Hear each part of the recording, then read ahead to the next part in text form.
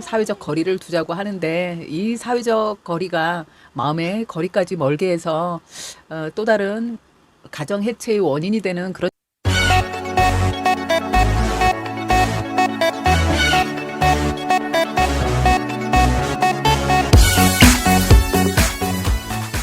보통 명절이 지나고 나면 이혼율이 부쩍 는다고 합니다. 그 이유가 뭐냐면 명절까지는 그래도 참는 거예요. 그 스트레스가 있었던 걸 참습니다. 왜냐면 우리나라 사람들의 특징이 큰 일을 앞두곤 개인을 희생하는 거예요. 내가 이 일은 치르자. 이게 작게는 가정에서 어떤 구실로 남아있냐면 아이들이 클 때까지 내가 참았다 황혼에 이혼하리라. 정말 인생을 걸고 그런 얘기를 할 정도로 우리는 어떤 일이 있으면 그 일이 먼저 나 개인보단 그 큰 행사, 가족의 행사든 공동체 행사든 나라의 행사든 그걸 위해서 개인을 희생하는 게 너무 당연시 되었던 시대를 살다 보니까 그게 우리나라 민족성이다 보니까 이렇게 힘든 일이 있을 땐 오히려 우리가 이제 이혼율은 지금 떨어졌다고 합니다. 코로나 이전보단 떨어졌는데 사실 이건 내가 이혼의 위기까지 간 부부들이 이혼을 선택하지 않은 이유는 우리 가정 내의 갈등보다 더 큰 갈등이 코로나라는 더 큰 갈등이 있기 때문에 이 시기는 견뎌보자.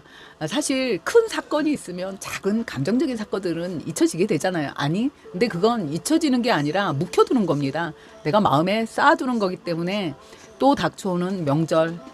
정말 태평성대에도 명절이 지나고 나면 이혼율이 증가하는데 이제 이 코로나의 그 피로감에 명절까지 겹쳐지고 났을 때 깨질 수도 있기 때문에 우리가 이제 미리 알고 사실요 사람 관계는 늘 평소에는 시답지 않게 하던 사람이지만 어느 한순간 감동을 주면 사랑이라는 건 이렇게 사소한 거에서 또 뻥튀기가 되기도 하지 않습니까? 그렇기 때문에 코로나의 심리적 위기감이죠.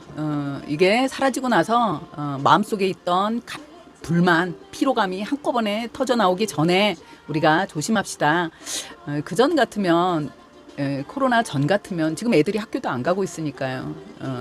남편 출근시키고 아이들 학교 보내놓고 전업주부인 경우에도 집안에서 숙제죠. 그날의 숙제. 집안 살림 좀 해놓고 나름대로 자기만의 시간을 좀 가질 수가 있지 않았습니까?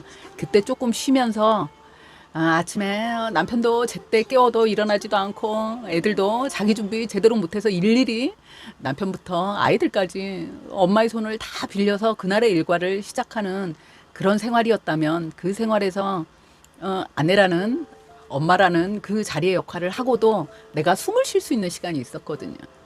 근데 이 코땡땡이 터지면서 재택 하시는 분들도 많이 생기고 그리고 이제 아이들이 일단 학교를 안 가고 있기 때문에 엄마들이 어떻게 생각하면 숨 쉴 시간이 이제 없는 겁니다. 집안에 하루 종일 사람이 있다는 거 모두 학교로 일터로 보내놓고 나서 내가 조금 편하게 지낼 수 있는 시간이 없다는 것만으로도 이미 피로감은 충분히 누적이 되거든요. 되는데 다른 식구들이 변화가 없는 거죠. 이 엄마의 일만 느는 겁니다. 심적으로 계속 긴장 어쨌든 스트레스를 받고 있어야 되는 상황에 일까지 늘고 그걸 도와주지도 않고 왜 그전에 안 도와줬으니까. 그래서 여기서 오는 갈등이 코로나 때문에 사회적 거리를 두고 있는데 이게 마음의 거리까지 멀게 해서 결국 가족을 이제 해체하는 단계까지 가지 않도록 우리가 미리 조심하면 어떤 걸 유럽에서는 지금 그 아동 학대까지 굉장히 이제 빠르게 급증하고 있다고 합니다. 아동 학대가 왜 생기나요? 사이 좋은 부부는 아이를 안 때려요. 내가 사랑하는 아내가 낳은 아이고 내가 사랑하는 남편을 닮은 아이인데 이 아이가 예쁠 수밖에 없거든요. 부부 둘 다 그냥 사랑만 하느라고 정신이 없습니다. 쭈물러 터뜨리고. 그런데 아이가 폭행을 당하는 건 결국 부부가 사이가 안 좋은 거예요.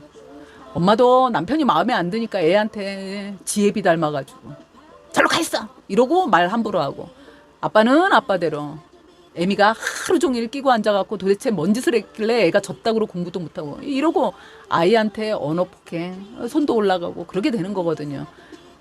아이가 폭행을 당하는 건 결국 부부 사이가 안 좋은 겁니다. 근데 유럽 같은 데선 특히나 아동폭력은 굉장히 처벌의 수위도 높아요. 이런 데서조차 지금 아동폭력이 늘고 있다는 건 부부가 서로 사랑하는 마음이 그만큼 적다는 얘기가 되겠죠. 조만간 더 커지기 전에 서로가 조금씩 노력합시다. 그래서 성격이 다른 거에 대해선 이건 너무 당연하다. 참으려고 하지 말고 그 사람의 성격을 인정해줘라.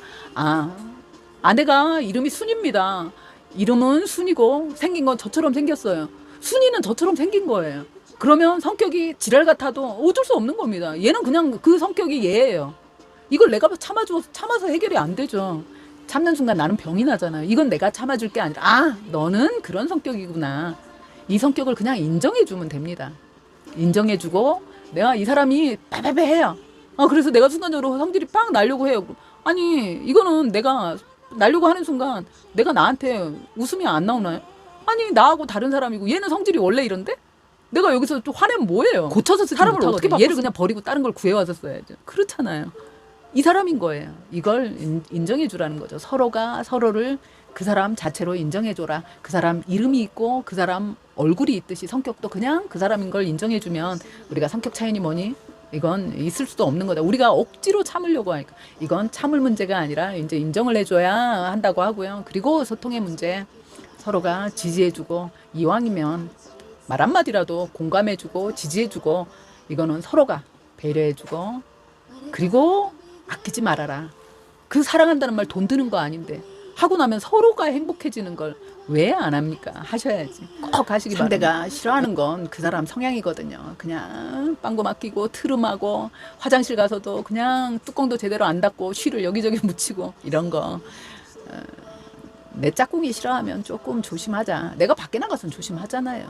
남이랑 밥 먹을 때, 남이랑 식사할 때, 남의 집 가서 조심하는 걸 내가 사랑하는 내 식구들한테는 조심 안 한다는 건 이건 내 가족이 편안해서 막역하게 편안해서가 아니라 내가 내 식구들을 무시하는 겁니다.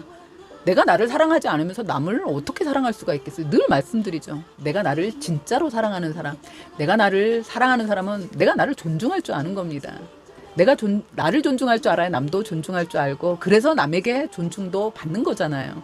내 가족도 마찬가지다. 그래서 이제 이런 기본적인 예절 문제 꼭 조심해야 하고 가사 분담 남편이 뭔가를 하겠다고 했을 때 못하게 하지 말아라.